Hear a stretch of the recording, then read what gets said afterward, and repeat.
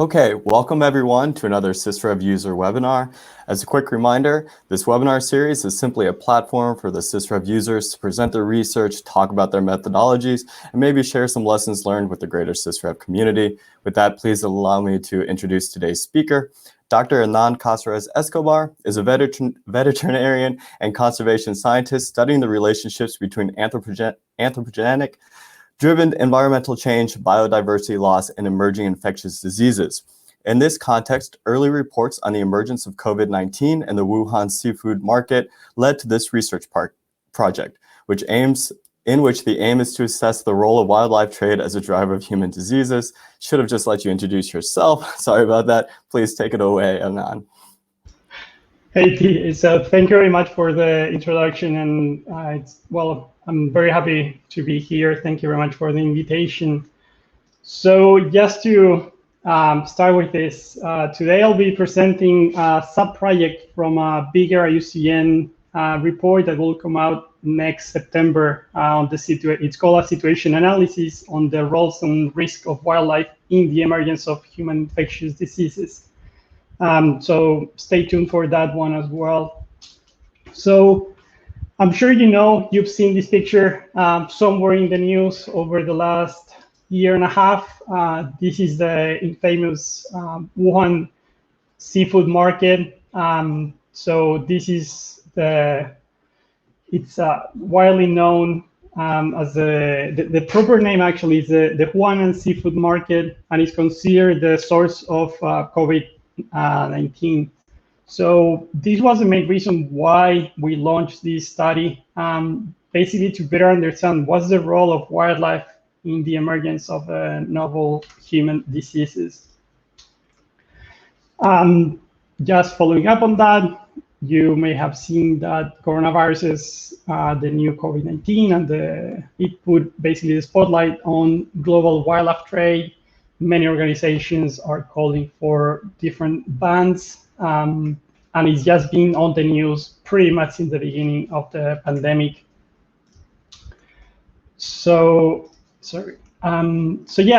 basically, as you can see, there are many calls, different organizations, and the different calls basically, they go from just a total ban of wildlife trade for all time, and another ones that are a little bit more nuanced that basically want to just target wildlife consumption and some high-risk species that we will discuss later that are basically mammals and birds.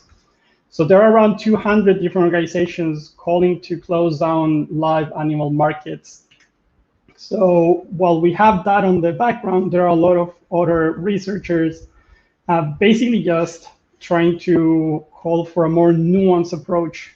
Given the complexities of wildlife trade. Wildlife trade is just not something unique, it's very complex. So several researchers and scientists and basically a lot of people around the world are trying to convey that message. Just to give you an idea, over the last, basically this came out a month ago or so, the idea was that they realize how many species were traded in the market between 2017 and 2019. More than 45,000 individuals, 38 species. 31 of those species were actually under protection, but no pangolins or bats were traded on this market. As you may remember as well, initially many said that the pangolins were the intermediary of COVID. Of SARS-CoV-2 or the disease COVID-19, basically making the jump to humans. So as a precautionary response, China temporarily banned all wildlife trade on the late January of 2020, and then permanently all the eating and trading of terrestrial wild animals for food in late February. Basically, this is just to give you an idea, a little bit of background of what we will be discussing. But to go further, I just wanted to tell you what is wildlife trade. To be honest, that's a very, very big question, and I'll try to give you the main points on this. So wildlife trade is just all the trade in animal, plant, fungi, and plant species, their products and derivatives. It's been a common practice globally since ancient civilization, like basically throughout human history. Wildlife trade is a common part of the life around the world, and it links millions of people, especially indigenous people, poor and rural communities, with end consumers. In many countries, hunting is actually a tradition. So as you may know, like in the UK, France, the US, Canada, Australia, and many other countries, there's a big community that actually it's part of the culture. And obviously, this also involves all the legal and illegal trade of the animal parts and subproducts. Just to give you an idea of the economic valuation of these, the global trade is it's very hard to define. As there are estimates between 28 and 92 billions per year, and the illegal trade between 7 and 23. But these are just estimates, and we really don't know what's the value of this industry, if you want to call it that way, or actually the illegal trade. But this is something that often we get lost, and it doesn't show as much that wildlife trade is part of the livelihoods of millions of people. An estimate of 150 million people, they support their livelihoods or in certain aspects of wildlife trade. So that's something that we cannot forget. So then once we have defined wildlife trade, what it is, like, what are the concepts? Is it all the same? Does it look, it happens the same way in all countries? Well, obviously no, there's a part that it's the legality, something we can assess. It can be legal, regulated, non-regulated. It can be illegal. It can have different purposes or uses. It can be sustainable or unsustainable. It can happen at different locations. So this is different scales. Basically, it can be a local, national, regional, or international trade. And the sources, it also can be a wild source. It can be farm. It can be bred, etc. So there are many things. So obviously, wildlife trade is not the same everywhere. It doesn't happen. It doesn't have the same factors, the same elements interacting. So this is something that is very complex. So to analyze and to define and design effective policy obviously is not that simple. When we take all this into account, and there is no straight answer on how to make it better. So it really requires a deep understanding on the multiple sociocultural values, economical factors, political elements, and environmental dimensions, basically, that we need to include when we assess wildlife trade. Obviously, this is something that we need to discuss. So COVID-19, it's an emerging infectious diseases. It's part of the infectious disease complex. It seemed to be a zoonosis. So as far as we know, the most likely source are horseshoe bats. So there must be at some point a passage from these ancestors to humans or to an intermediary species. So we need to discuss what this is, especially considering that we're discussing an interdisciplinary project. So we need to be talking about the same. So this is just to give you an idea of basically the major emerging, re-emerging diseases around the world. This is a very nice figure from Fauci that has been basically updated throughout the years. But in emerging infectious diseases, so what are these? So basically, these are not a unique thing. This is more like a complex. So we know that part of this emerging infectious disease complex, we have novel viruses, right? So viruses that we didn't detect before, or that maybe we have seen the disease, but we didn't know the agent. So in this case, you would have SARS, SARS-CoV-2, MERS, among others. Then you would also have the ones that are newly evolved. So these are the ones that we know they existed, but they evolved from this a known organism. So you have, for example, the antimicrobial resistant bacteria, and among others. Then you have all the ReEmerging diseases, and this is something that is very interesting. So, for example, a classic example of this type are the measles, mumps, and rubella due to the hesitancy to vaccinate. So this is something that basically is increasing in their prevalence in some countries.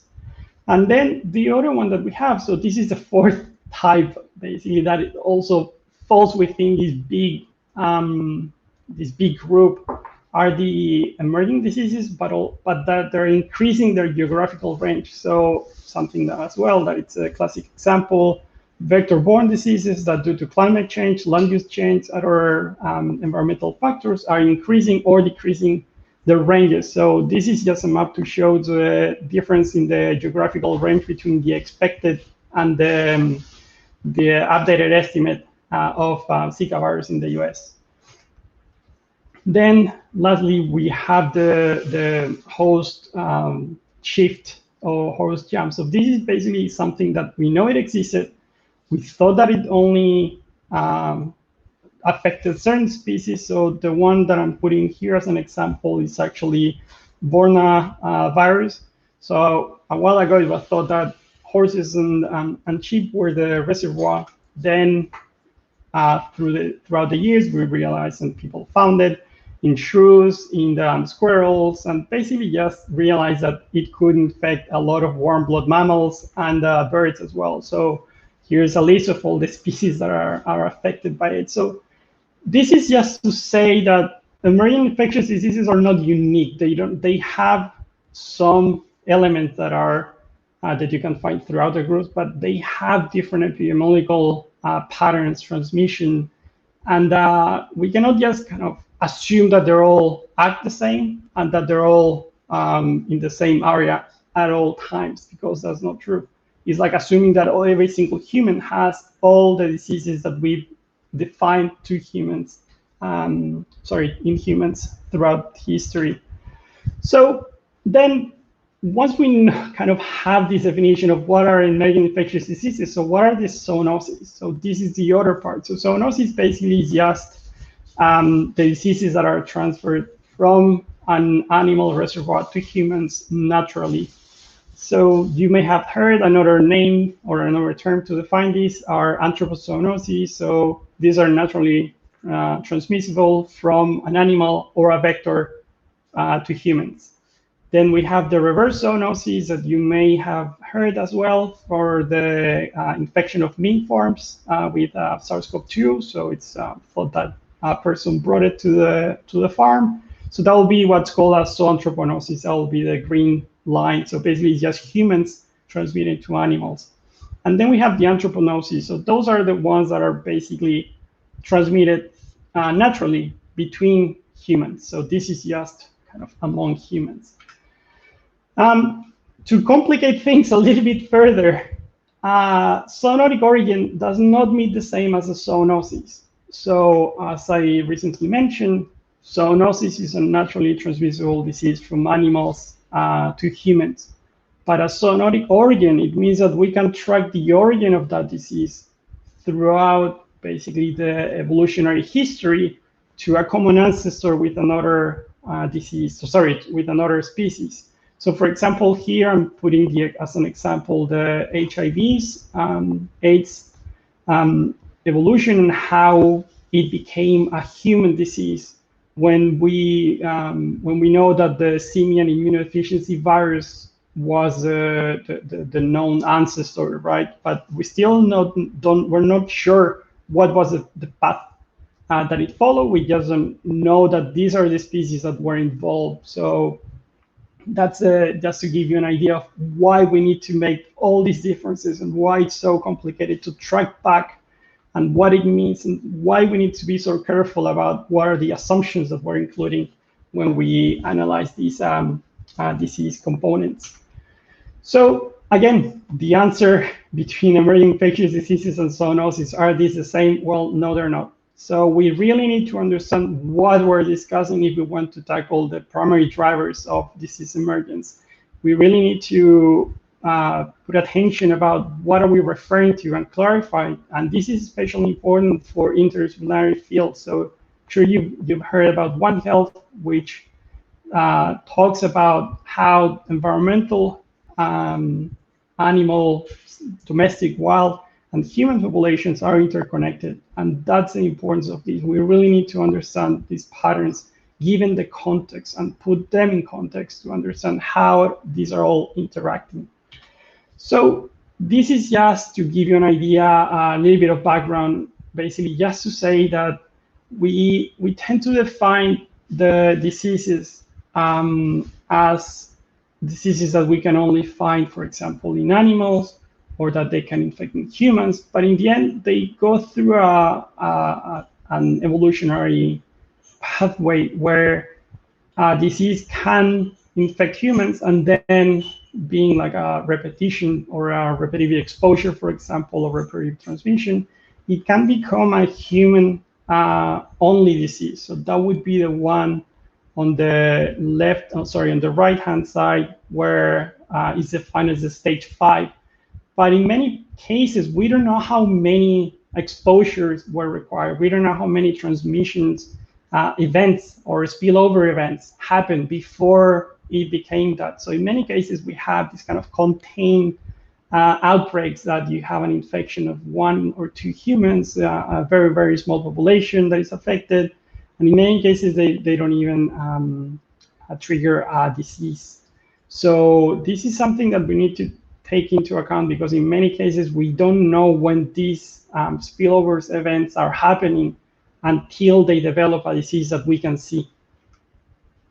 So why wildlife trade? Why humans? Well, basically it's just because that we know that the richness of Sonoric viruses that are found in mammalian hosts, they tend to be higher in groups such as rodents and bats, and they tend to be kind of higher than in domestic animals. So we know that these groups harbor more zoonotic pathogens that put the population at risk. And giving the interface of wildlife trade, this becomes something important. But we really need to look at it better and to have more details about it. So then this is just to tell you basically the opposite. So the first study is by Johnson 2020, and this one is by Moyense, and they found something different. They found that rodents and bats, even though they harbor more of these viruses or of these pathogens, the animal order instead of the species, they found that basically this is just a matter of the number of species within these groups. So it tends to be that it's more related to the diversity. Anyway, so the whole point of this is just to show you that we're still not sure what are the pathways. We're still not sure of what's the context that we need to pay attention to, and what are we know what are the risk factors. We know what are some of the elements, but we really need to look more into it to define appropriately what's the risk associated with different practices, such as wildlife trade in this case. So just to make it clear, I won't be discussing anything that is related to the host biology, viral traits, immunity factors, transmission pathways, and many of the elements that we need to understand. So I'll try to focus now on what is wildlife trade and why we're discussing this in this presentation. So this is just this is a report that WWF put together last year. And and just like the title says, the perception at that time and throughout many years, actually, it's been that the wildlife and biodiversity is this Pandora's box of diseases that basically we're going to be in touch, we're going to be close to that, and we're going to have spillovers happening rapid, and we're going to just harbor a new pandemic. This is a quote as well from Gemma Kyogen from the University of Otago. And what I wanted to highlight there is that she's saying that the surveillance efforts are better directed towards these interfaces where animals and humans interact. And one of these is live animal markets. So by many scientists, it has been identified as one of the biggest risk factors of zoonotic transmission and emerging infectious diseases. And it has been characterized as one of the main drivers of biodiversity loss as well. So we have these multiple components. We have the social dimension, we have the economic dimension, we have the environmental dimension, and obviously within the social dimension, we have this big risk of, or at least perceived risk of diseases coming from the wildlife trade. So why wildlife trade? Well, basically it's because it's an interface that increases the contact between livestock and humans and wildlife. It puts them together in a place. There are some high-risk practices that are associated with the trade. So, for example, contact with blood, like not having sanitary conditions, transport conditions, etc. In many countries, the regulations and policies, they differ, and obviously enforcement is a big issue. We have many unknowns in terms of the trade, in terms of the conditions that are happening in different areas. The storage and transport conditions, as I mentioned, there are also a risk factor. There is an increasing, expanding global market, and the multiple dimensions that I was mentioning. So these are all factors that make this issue a complex problem. So on the right side, this is from the same report than before, and it's just to give you an idea of what are some of the risk factors. So hunters that can have a direct contact with blood. Then during the transport, same thing. They're in contact with animal fluids. Then while they're eating, if it's not cooked or if it's not properly cooked, they can be a reservoir. Then obviously the processing and hunting can also have some risk factors, but these are all similar to other processes, and it's not just on wildlife trade as the one that we tend to imagine while we're discussing this during the current pandemic, right? Like we're not thinking about wild boar, or we're not thinking about venison, or we're not thinking about kangaroos. We're usually thinking about rodents and bats. So we wanted to look about. So this is just to give an idea as well. This is a general wildlife supply chain. So this is from a OIE report, and it's just to give you an idea of all the different paths that you have. So from free-ranging wildlife to the harvesting, the holding, transport, markets, the consumers, and then you have all the processing and transportation across borders. So this is a very complex issue. This is the whole point of these figures, is just to show you the complexity of this. And then there's this other good report from UNEP, WCMC, and the JNCC, where they look at the CITES and species, and they cross that with a list of diseases that have been reported for those species. And basically they found of the 275 zoonotic diseases that were identified in the literature, 25 were classified as a high risk to human health by the expert consultation with OIE. So this is just that list. So here we just wanted to know a few things. So what's with the name? So we know that sometimes it's called wild meat, sometimes it's called game meat, sometimes it's called bush meat. So is there a difference? Why is that happening? What are the human pathogens associated with wildlife use and trade? Which is the context in which this infection happened, where the event actually took place, and what are the diseases associated to the events, and what was the diagnostic tools that were used in the area, for the event. So we chose to do an evidence gap map. So this is really the goal was to identify and summarize the existing scientific evidence. Basically, funders can look what's the evidence, practitioners and policymakers will have access to the map and see what's the actual evidence on these issues.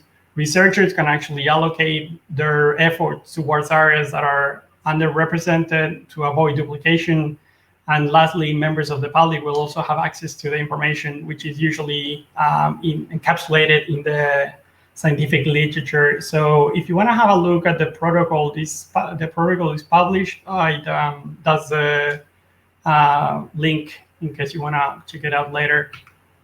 So as I mentioned, that's a protocol, and this is part of the IUCN SSC project called the Situation Analysis on the Roles and Risk of Wildlife in Emergence of Human Infectious Diseases, which will be available next month. So stay tuned for that one as well.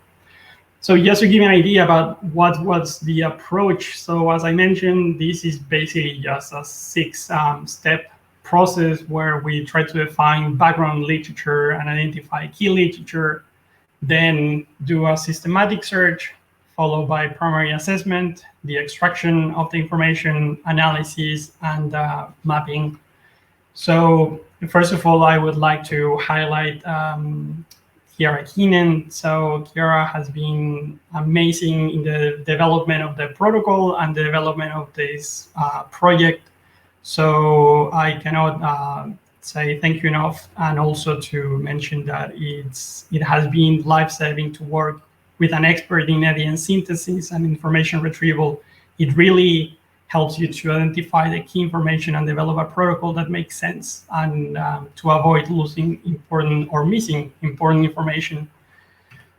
So just to give you an idea, so the background literature, how we did it, we just had to talk with experts, make a lot of Google Scholar searches. We use PubMed, Google General to look for reports, and we use a few databases.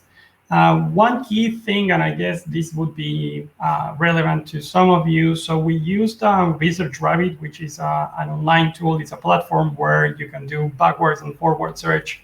And it was very helpful to identify this literature just from a handful of papers, basically, or like not a handful. Well, we started with 100 papers, but it gives you an idea of what's the literature, where they were growing from, and what's the past of the current literature. So it was very helpful to have that. In the second step, we basically just focus on the databases. So we use these databases to look for the different keywords and terms that we defined that will be relevant for a study, that help us a lot to identify the overall project. So this is where Sysrev came in. So after the systematic search, we used Sysrev to analyze more than 5,000 papers, and it really made our lives easier. Within Sysrev, we defined the two basic questions. One is about the human disease outbreak. Does the publication relate to a human disease outbreak? And the other one is about wildlife trade. We wanted to understand where and in what type of context of wildlife trade, either legal or illegal, this disease outbreak occurred.